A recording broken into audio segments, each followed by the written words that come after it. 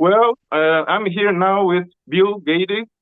He is an Argentinian-born physicist and also a thinker who has many innovative ideas about what physics is, about what physics should be. He's also an artist. I think he plays the guitar, but we focus here on physics. And he pretty much thinks, I don't know if he would agree with this terminology, but from what I gather, he pretty much thinks all modern physics, mathematical physics specifically, is fictional. Is you use black magic and math magic. So please fill us in, Bill, about how is this fiction and how do you feel about it and think about all this? Well, in order to start, I think we need to have some definitions. If you look at, for example, what fiction is or what fantasy is, it's still within the realm of imagination. You can still imagine it. Let's just give an example. Little Red Riding Hood, Alice in Wonderland, Snow White, right? It's fiction, it's a cartoon, right? Yeah. But we can all imagine what's happening there. Even the wolf eating, grandma or attacking and talking and attacking Little Red Riding Hood. We can all imagine that. Okay. Yeah. What's the difference with that and mathematical physics? Mathematical physics is not fiction or fantasy because it's unimaginable. You cannot imagine it. And you say, well, why can't you imagine mathematical physics? What's different? What's different is that they're in the movement of concepts. And let me give you an example here, okay? Let's give you an example. There's a saying in English, relatively famous, love moves mountains, right? Yeah. It's poetry. And it kind of condenses the notion that if we all have love, if we love one another, we can do lots of big things. So they say love moves mountains. Okay. Now what happens? Now you go to a physicist, a mathematical physicist, and you say, hey, this mountain of sand or whatever moved from A to B. How did it move from A to B? And the mathematician who calls himself physicist, he says, love moves mountains. And you say, hold it, you're saying that love moved the mountain? Yeah, see, this grain was moved by love, this one was, and he explains this whole theory. And you say, hold it, but are you saying that you have this concept called love and you moved all these grains of sand from A to B? Well, you're taking the analogy too literally. You're not supposed to take it literally. So we have a contradiction because he explained for 2 hours how love and any bit of it moved one grain of sand at a time from A to B. And at the end of the story, when you say, well, that doesn't make sense, he said, but you're not supposed to take it literally. It's just an analogy. Analogy for what? I need to explain how the mountain moved from A to B, and you're telling me it was love. And when I question you, you say that I'm taking the analogy too literally. That's what's happening right here. You cannot imagine a concept such as love moving grains of sand. And that's more or less what we have. If you look at general relativity, right? Einstein's general relativity, what do they say? Well, they say, what is gravity?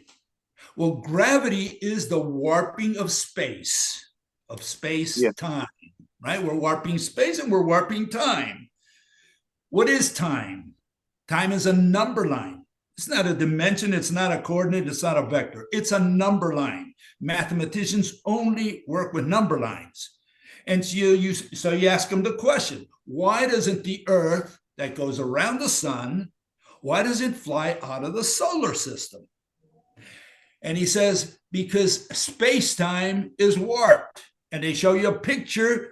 They show a canvas. There's a depression in the canvas. It creates this funnel. The Earth is rolling around the funnel, and that's why it can't go out. We all understand what they're showing. And you say, okay, so you're saying, let's see if I got you right. You're saying that we're warping space-time, which is a concept, number lines, right? And that's what prevents the Earth physically from flying out of the solar system. You're taking the analogy too literally. You're not supposed to, it's just an analogy. So we have a problem because I have to explain why the Earth doesn't fly out of the solar system. The person says, the relativist says, it's warp time. And when you question that, it says, hey, you're not supposed to take that literally.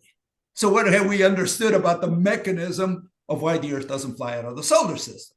Again, mathematical physics, unimaginable because they're in the business of moving concepts around. They move fields, they vibrate the field, they transfer the energy, they move the mass, they wave the wave. What is that? We're moving concepts around, and that's unimaginable. Whereas Little Red Riding Hood, Alice in Wonderland, Snow White, they're imaginable. That's why that's fantasy, and this is not even fantasy, not even fiction.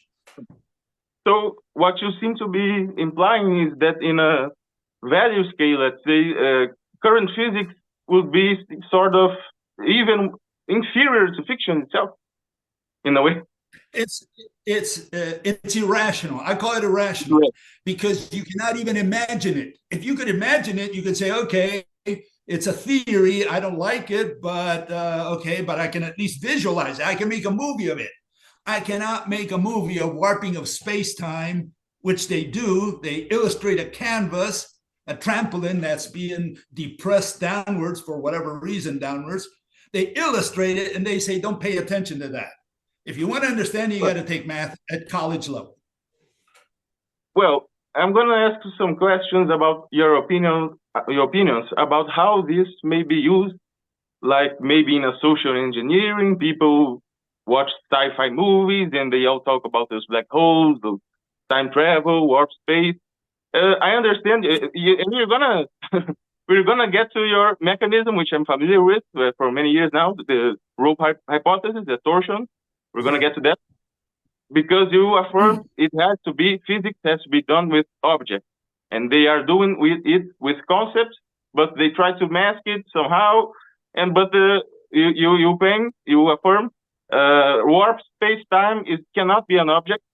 Graviton particles, well, the particles, we're going to get to that. But do you think mainstream physics is a kind of, you also compare it to a kind of religion, like it's based on belief. Do you think this entrains with some kind of social engineering in which Hollywood and all those guys together, they, inculcate those notions on the public because everybody knows there's a black hole and such, and twin paradox? Do you think this is used as some kind of social engineering, and even to prevent people like you and other rebels to propose new revolutionary theories or hypotheses?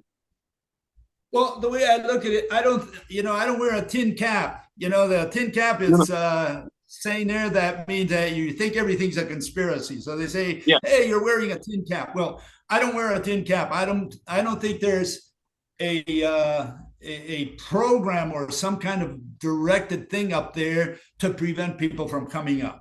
What has happened is the following, as I understand it. I'm just going to give you my way of looking at this.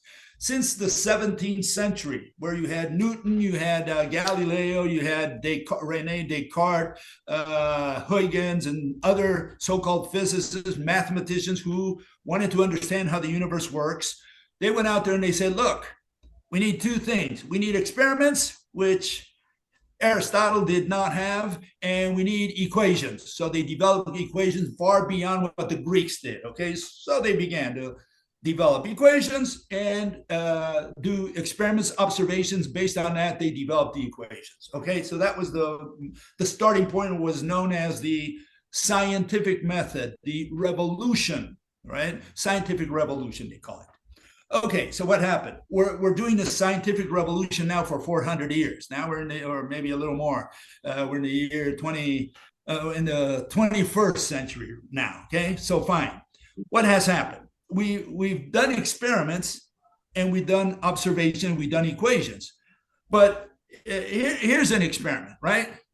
I'm going to let go of the spoon. It's a spoon, right? I'm going to let go of it, and it falls downwards. Okay, so I can do this experiment 1 million times. This doesn't mean that I can explain why this fell. Why? Because I cannot see or touch whatever's in contact with the spoon. I don't know if anything's pushing. I don't know if anything's pulling from the bottom, right? I cannot see or touch it. So there is no experiment I can run to determine what the mediator, the mechanism of gravity is. There's no experiment I can run. We're done with experiments. This is the only experiment we ever needed. Spoon falls to the floor. Okay, now we have to explain it, period.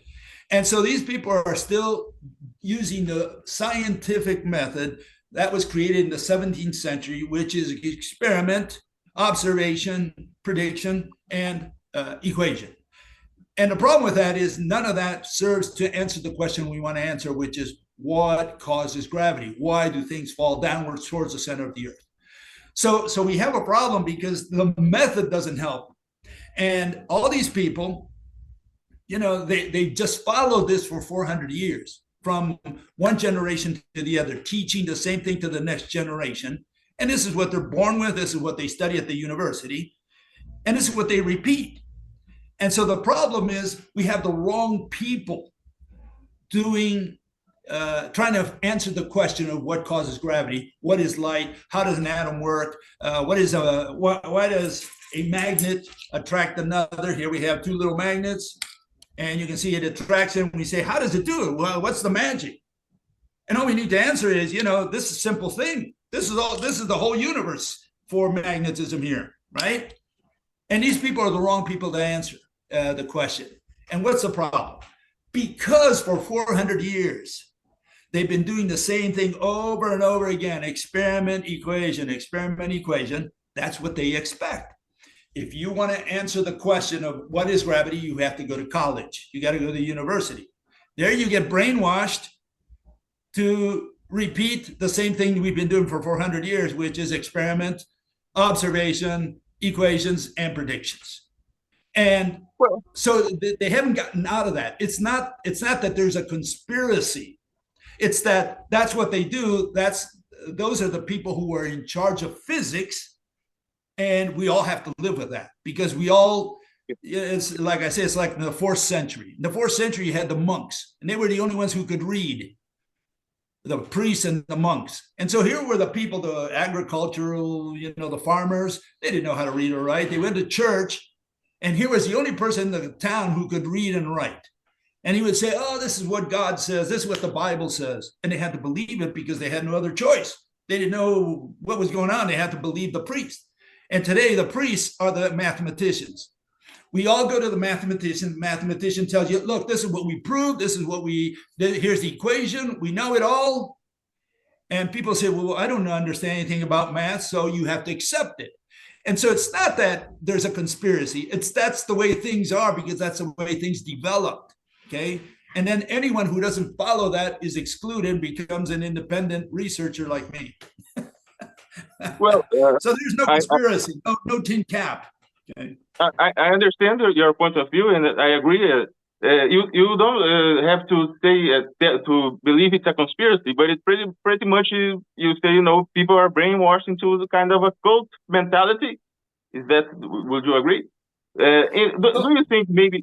Yeah, go on. There is a cult mentality, yeah, because people just take it for granted that that's the way things are, and all these researchers, they can't all be wrong, and everybody across the planet does the same thing. So it's a kind of cult, yes, an elitist cult, because it's just the mathematicians who rule that world, right? And they all understand each other, but they don't communicate to the public what they're supposed to communicate, which is what the public is asking. How does gravity work? How does magnetism work? They're not answering those questions. They say, here's the equation. That's a description. I want an explanation. They can't give you an explanation. And so here we are. This is the situation. But what's the issue? This is a special type of cult. When you have a religion, such as traditional religions, Christianity, Orthodoxy, Buddhism, Hinduism, whatever, again, all of that is imaginable. I can imagine God. If they say, take Christianity, Christianity is God. Well, you look at the Bible, it says he's a guy with a beard. He looks like us. He made us in his image. We can all understand that. I don't care how you draw God. Michelangelo has his God over there at the Sistine Chapel. Okay, so you take that God and say, okay, that's God. Fine. I can understand because I can see God there. I cannot understand space-time because when I look at space-time, I see a bunch of number lines that are bent. And that doesn't make any sense. It's irrational completely, trying to give a physical interpretation to the mathematics behind space-time, behind Einstein's field equations. So one thing is the mathematics, that's fine. They can measure and do whatever they want there, but don't bring it into physics because you cannot translate your equations into physics. That's where the problem is. And these people are saying, we are physicists. We are mathematical physicists. Mathematical, maybe. Physicists, no way. Because they cannot translate their mathematics into language, into images. Whatever they put out there as images, whether it's space-time, energy, fields, waves, all that is nonsense because what they're doing is trying to make an image of an equation, of a number, of a variable. That's what they're trying to do. And you can't do that. Physics is physics, math is math. Never the twain shall meet. Never can you merge them. So there's no such thing as mathematical physics. It's mathematics or physics. You can't have both.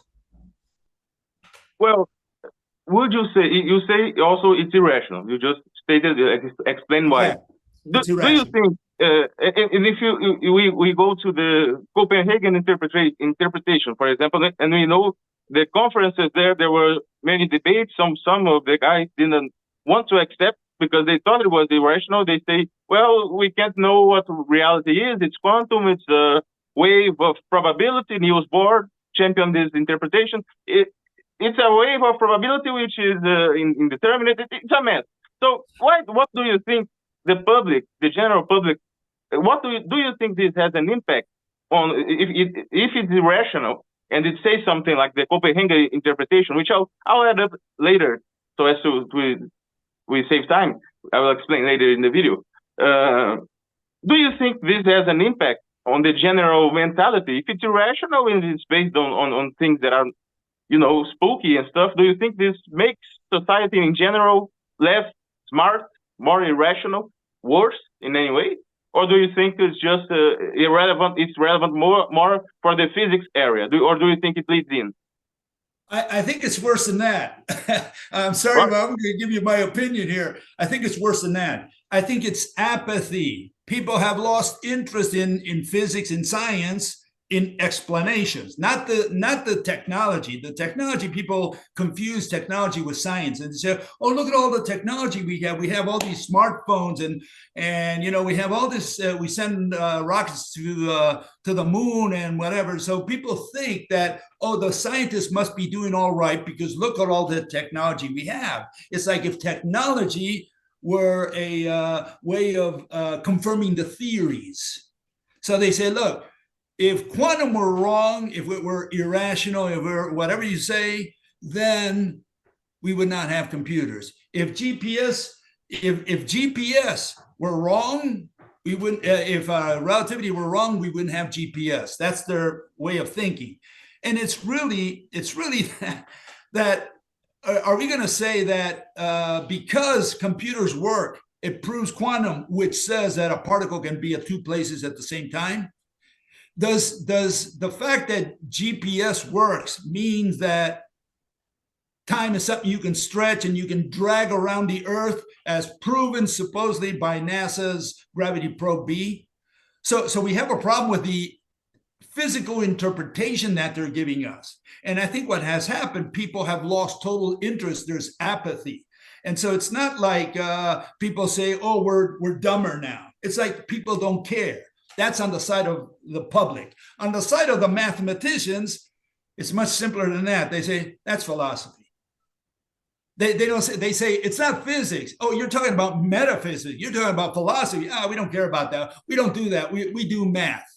We do equations. We understand it under equations, not under physical interpretation, because that's opinion. That's philosophy. That's what's happening. So there's total apathy from the public.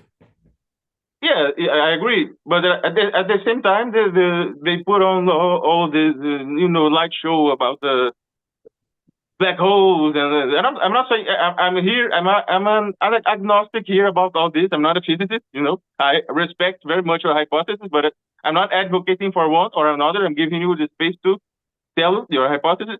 I'm not saying that there are or there aren't those concepts or things, but they put on very much light show, a lot of movies and explanatory videos, and people, if you go on the street, people, yeah, there's black holes, there's wormholes, there's time travel, and some people, you talk. I'm seeing your video about consciousness. There is the consciousness into physics, so the mind collapses the wave function, and the cat is dead and alive at the same time. I know Schrödinger actually made it so as to prove to tell how absurd that was, but somehow people get the wrong impression.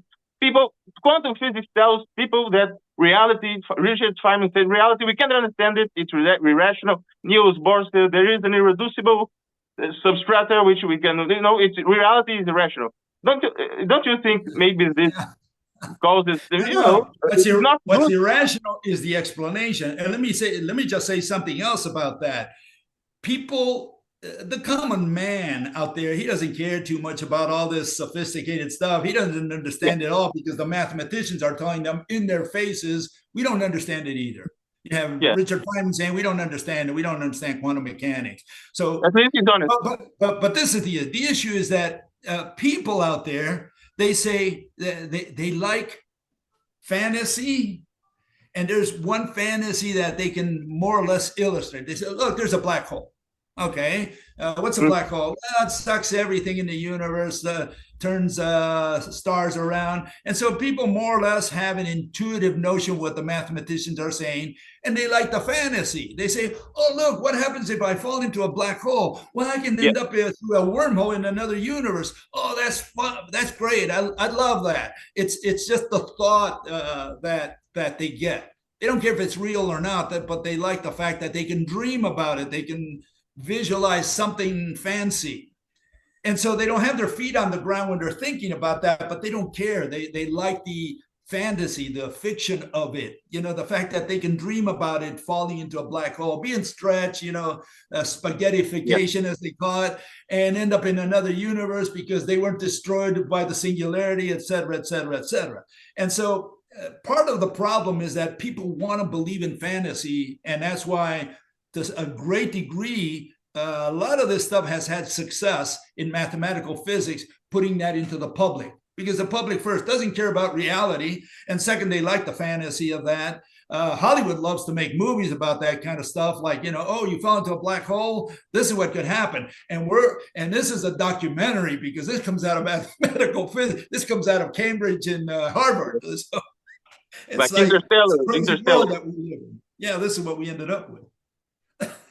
Yeah, and I don't know if you've seen Interstellar, but I'm not going to spoil the movie, but pretty much it has to do about love. The fifth dimension and the black hole is related to love, like you said. It's ironic. You called it, but well, we can agree.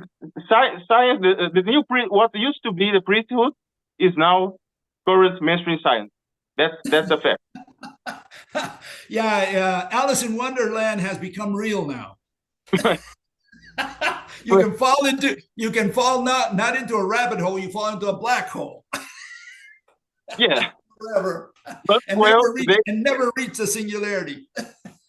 But we have now a model which is repeated: trust the science. Like you trust in, like people yesterday trusted the priesthood. Would you say that is correct? The what? The Brit? We have the saying often repeated: trust the science. Trust the science. Just turn off your mind and trust the science, like a priesthood. In the old days, they called it faith. What? I mean, traditional religion says you don't have to rationalize. Faith, you have to believe by faith. This is the same thing. We're in the same boat as we were 1,000 years ago. We're believing through faith. We're having confidence in the priests that translate the math into what they claim is the reality. Yeah. They translate it. We have to believe it because we don't know the math, and we say, "Oh, I don't know all that, all those equations, all that linear algebra, all that calculus." So I'll let the experts tell me what to believe. So in a sense, the mathematicians are putting their peace of mind in your head and say, "You have to believe like me because I'm smarter than you." That's essentially what it comes down to. And I don't want to get sidetracked, but people say mainstream stuff is often like this about economics. I know you also had interest in this topic. What was that? Mainstream sciences, even human sciences, they tend to have this like using in a loose sense an esoteric and an exoteric. One version for the experts and one version for the public. So when Brian Greene, Brian Greene, when he comes out, he says, take this sandwich, this big piece of bread. This is space-time. And now I'm going to cut it. This is for the public. Slice it up. Between themselves, they know they know that they don't know. We're lost. But we have to present a kind of fantasy, a kind of light show for the people. And it seems like it's like that. Between them, there is crossover. Sometimes they admit, well, we don't know. This is a representation. But what stands out, what leaves the impression is that all those pictures they present or movies are objectively real, and the people swallow it. That the trust them. But deep in their innermost circles, they don't know what the object they are talking about, the substance, like you said. They don't know what it is they're dealing with. So basically, it's just not numbers. What they're trying to do is because you have the what is called the scientific papers, which is just equations. You won't find a single picture. I mean, you go to the literature, what they call the scientific literature. You won't find a single picture. There are no pictures. All you see are equations. You see maybe a graph. Maybe you see a table of numbers, etc., values. You will never find a picture. So there are no pictures in mathematical physics, and none of the magazines or specialized, magazines. But someone has to translate that to the public, because the public say, hey, we're paying these guys through taxes and through schools, etc. We're paying these guys to do all this research. What's all this research for? Well, let me tell you why. And so they have to have a translator from the math to the images that the public can more or less relate to. And so they say, well, this is what the math tells us. And so they say, look, space-time, we have a canvas. The atom, we have this little ball and a little electron going around it. So they have these images, and they try to explain the best they can with those images. But then you say, but why does the electron fly away? Why does it fall to the center of the nucleus? How do you bend space-time? You have a lot of questions. People say, and the mathematicians say, well, don't take it literally. It's just an analogy. It's what our equations tell us, that we cannot put our equations into words, into images, but this is the best we can do so that you can get an idea more or less what's going through our minds in our mathematical world. If you really, really want to understand it, you really have to go to college, take the university math, and then you'll understand what we're saying. But the best we can do is give you these images, and we don't understand it either, but that's philosophy. So don't worry about it. That's not what we do. But we have to present it to you in some way. How come, if it is irrational, I don't know if you postulate that the universe is rational, but if their science is irrational, how come they manage to succeed in making predictions and technology and stuff like that? Well, the first thing, we have to separate technology from the explanations. From mathematical physics, the explanations are totally irrational. They're irrational because they move concepts around. So that has no bearing on physics. The other issue is that they have answers for everything. They found answers over time for everything. So they say, look, Father Universe doesn't think like humans do. So we are petty humans with these little ants who are trying to understand how God works out there. You know, Father Universe, he runs his shop. We don't understand it, but he doesn't have to communicate to us or with us. Well, all we can do is try to interpret as best as we can what he's doing, but his mind is different than ours. What he does is different than ours. So with that, they neutralize any questions. If you say, but you don't understand it and I don't understand it. Yeah, we don't understand it because we don't understand the ways of Father Universe. He runs the universe this way. And from our little tiny little brains, all we can do is try to figure out how he's doing this. And this is the best we can do. And we're still researching. So if we don't have an answer to a question, it's because we're still researching it. And so with that, they just keep you, with a carrot in front of you, paying taxes, because you got that carrot and say, oh, I'm going to reach the carrot, and they always keep you going. I mean, if you look at quantum mechanics, for example, right? It should be very simple from a philosophical or a conceptual point of view.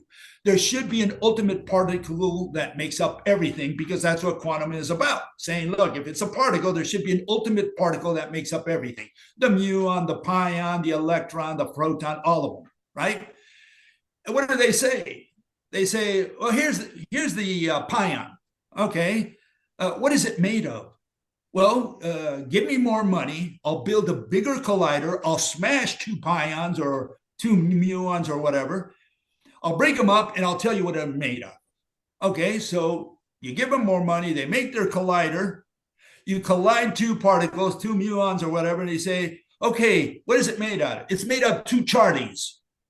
Okay, so what is a chartie made of? Well, give me more money. I'll make a bigger collider, smash them at higher speed, and I'll tell you what the chartie is made of. And when you do that, they say it's made out of Johnnies or Charlie or Pete's.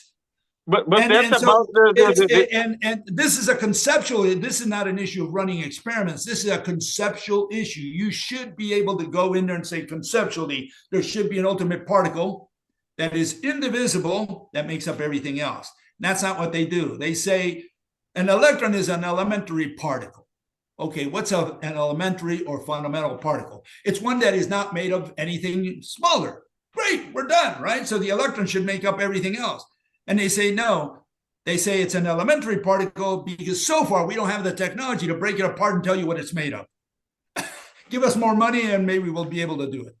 So it's never ending. In the field of explanation, in the field of explanations, you're correct. They don't give precise explanations. They don't give rational working. But how come their mathematical concepts correlate in a way that allows them to make coherent not only predictions, but technology. Okay, you separate technology, physics, but they use their conceptual apparatus to make workable mechanisms, which is based on their concept. How come there is a correlation between their concepts that are irrational and the workings of the things they manipulate with, the technology or satellites and whatever? Well, let me tell you, I worked in engineering many years, okay? And in engineering, it's technology related. It's not scientific related. You don't care about the explanation. You care about, getting a product out. So you're looking at technology. What happens? You take a measurement. Because you before you have the equation, you have to have the measurement. The equation comes as a result of the measurement. Once you measure, you play around with the variables and constants and numbers, etc., and you come up with your equation, okay? So first you have to have the measurement, and then it becomes a tautology, because you create a unit, right? You measure, you say the meter, for example, you measure, okay, you say this is a meter. And now it turns out that the table measures 1 meter. Why? Because it's a tautology, because you already made the standard for the meter. So now you have a standard. And so, mathematics in that sense, all equations are tautologies. Whatever's on the left-hand side of the equal sign had better equal whatever's on the other side of the equal sign. Okay, they have to match. Okay, but it's not a definition, it's a tautology. It's the same value in different numbers and variables on the other side. But That's what they have to match some phenomena. They have to match some phenomena. They have to match because, again, it's a tautology, meaning one side has better equal the other side. 1 + 1 must have better equal 2 on the other side. Okay? But what I mean is they also have to match phenomena that are really occurring in order for them to make their stuff work, their predictions, their satellites and stuff. But the point here is that you do not have to know the mechanism. For example, you find out that this magnet attracts that one, right? Okay, so here we have 2 little magnets there, round ones. I think you see them. Okay, so I say, hey, that's magic. I don't know how it happens, but I can use this for something. So you measure and you say, how fast does one magnet attract another? So you measure that and you create your standards and you come up with a value. You say, okay, now I can predict. I can use that to do something in the future. Okay. So now you make these bigger magnets and you say, hey, I can use that for something. I can put a big magnet and lift a car at the junkyard. Okay. So you go in there, you create this big magnet, it lifts the car, and you say, I know how fast it's going to do it. I know how much time it's going to take. I know how much energy it's going to take because I measured all that in advance. So I can already plan, program, predict in advance what's going to happen because I've already measured it. None of that tells me what is a magnetic field. None of it tells me how a magnetic field works. Well, what's that invisible stuff between two magnets? That's the problem. They succeed because they are correlating information, making associations, but they don't go to the deep explanation. Would you say your explanation is qualitative? The object? Sometimes people get things mixed up. The objective physical explanation is qualitative because sometimes people associate qualitative with subjective. No, the qualitative, it has to have a shape, a visualization, a working mechanism. It has to know how one mechanism, one object touches another, and that's real physics. What they're doing is correlation. Part of the problem comes with Aristotle. He defined the word physics, he defined the word metaphysics, and he put a lot of this stuff into metaphysics, which is sort of same philosophy, like this is what comes after physics. After we do the observation and we have our ideas of how this works and you have your definitions, then you have the metaphysics like, okay, now let's drink a beer and let's think about this and let's philosophize about it. Let's find out how this might be happening. And so they consider the physical interpretations, the qualitative, aspect of it. They consider that philosophy. They only consider the quantitative part of science. Why? Because they can measure, they can predict, and they can say, look, this I understand because it's objective. Whereas the other stuff is subjective. So we'll call that philosophy, metaphysics, or ontology, or whatever. So we have those separated.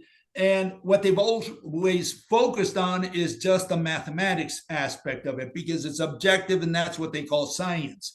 But you have to remember that mathematics is just a language. Like Chinese is a language, Greek is a language. Mathematics is just a language of hieroglyphics. These little symbols there, it's just a language. It's a language of only adverbs, quantitative adverbs. If you look at a variable, you look at a number, what is that? What are you staring at? What does it represent? What does that symbol represent? It represents an adverb. It represents how something moves when it's related, with a unit, right? It just tells you how something moves. That's all that a variable is with a unit. A number with a unit, that's all it tells you, how something moves, how something was measured. If you're talking about, for example, length, just an example, what you're talking about is not the distance, but the distance traveled by the end of your tape, your measuring tape. So you unroll the tape, you've already made your standard, you say 1 centimeter, for example, right? So you have 10 centimeters, what did you do? What did you measure? What happened there? Well, what you did was unroll the tip of your measuring tape, 10 steps, 10 centimeters, and you call that 10 centimeters. 10 centimeters is not a fixed amount. It's a traveling amount of the end of your measuring tape. and so on down the line. They're all a language of adverbs.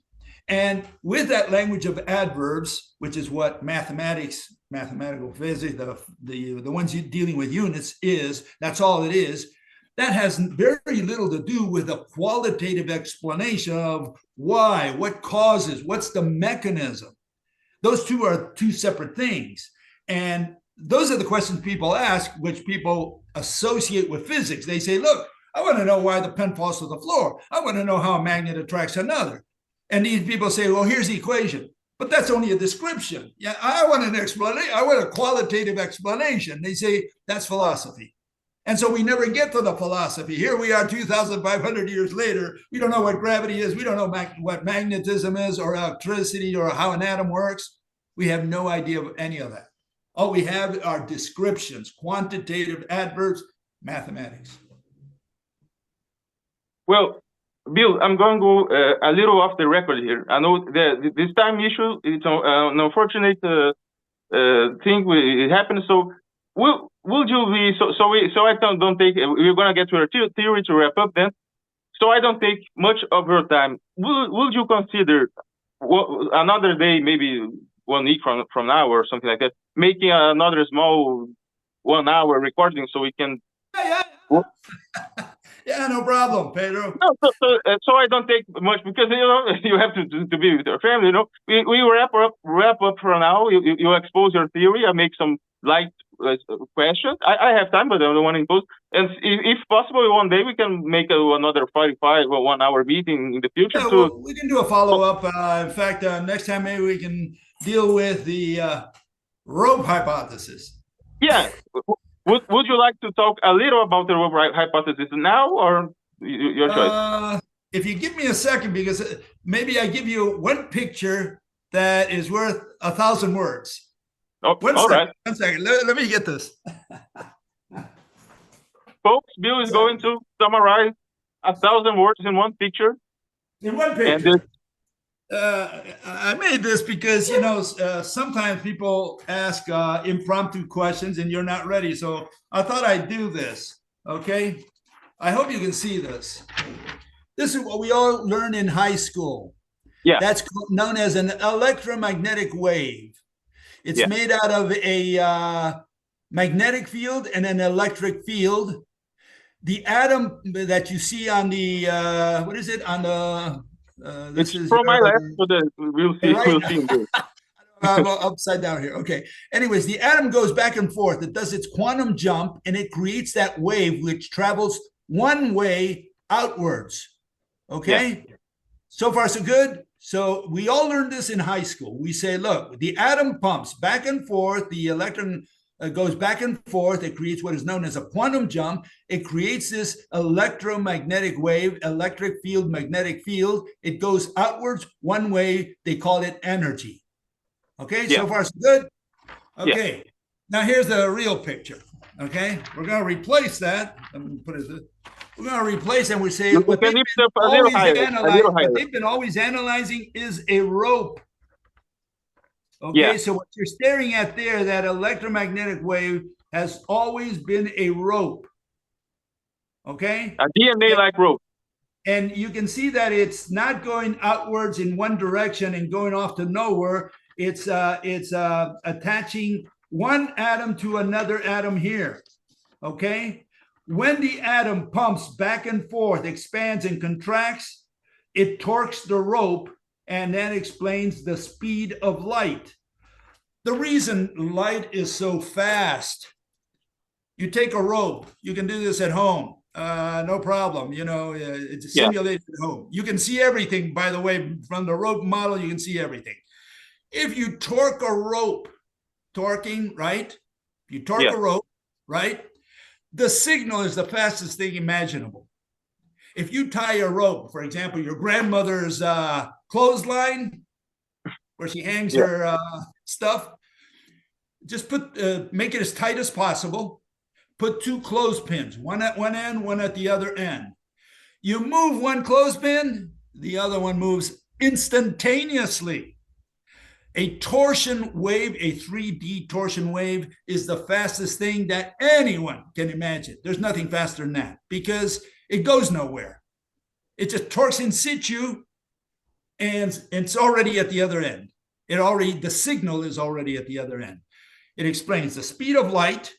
It explains the architecture of light, why it's wavy, structurally wavy, right? It's not an electromagnetic wave or transverse wave. It's a 3D torsion wave, okay?